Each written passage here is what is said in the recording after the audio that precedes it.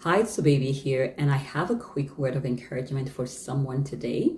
The word comes from John chapter 2. Now, before I get into it, I want to say that this word is not for everybody, but I believe that if it is for you, it's going to resonate deep down in your spirit. I believe that this word is specifically for people who are going through a period where they are experiencing painful endings. Painful endings can be the end of a job, maybe the end of a business or relationship, or really whatever that means to you in this time.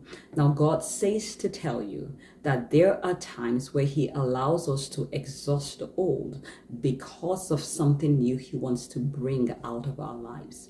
In the book of John chapter 2, Mary does not go to Jesus until the wine is finished.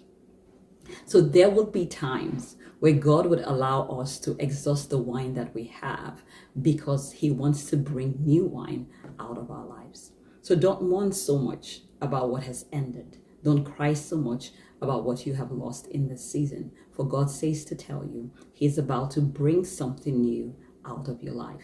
I'll give you a few characteristics of the new thing that God wants to bring out of your life. Number one, the new that is coming out of you will be better than anything you've experienced and better than what has just ended.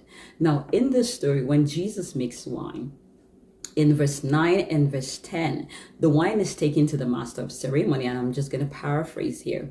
And the master of ceremony calls the bridegroom and he says, "Why have you saved the best for now?" Usually people will serve the best wine at the beginning of the equation. Why are you bringing this at this time, right? So the new thing that God wants to do and bring out of your life is better than anything you've ever experienced before. And it's definitely better than that which has just ended.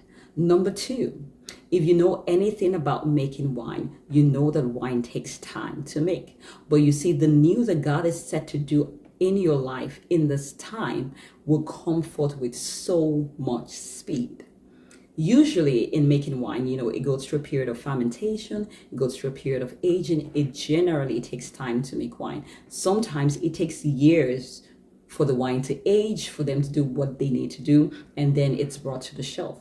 But Jesus literally makes wine in less than a day. So God says, this new thing that I'm about to bring out of your life will come forth with speed. It's not going to be subject to the chronological flow of time. It will come forth with speed. Number three, the new that God is doing is not going to follow the regular patterns that you are used to. Now, Jesus makes wine in this story, and He doesn't even use the ingredients that you use to make wine. So He makes wine out of water. He does the process, the pattern He follows is not subject to the natural. It's not subject to what we know or how we know wine to be made. So Jesus doesn't use ingredients. He doesn't use the machineries, nothing. He literally says, fill the water pots and then fetch it out. The new that God is doing in your life, the new that He wants to bring out of you would require flexibility because it's not going to follow a pattern that you're used to.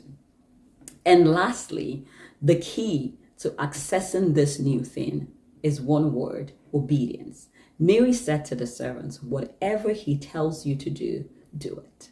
In this season, in order for you to allow God bring forth the new wine that He wants to bring forth out of your life, the key is what? Obedience. Whatever He tells you to do, do it. So once again, I want to recap. Don't mourn so much about what has ended or what you have lost, for God is set to bring something new and powerful out of your life. The new will be better than what you've experienced. The new will comfort with speed. The new would require flexibility because it's not going to follow the pattern that you're used to. And this new thing that God is doing requires obedience. So I hope this blesses you. Be sure to like this video.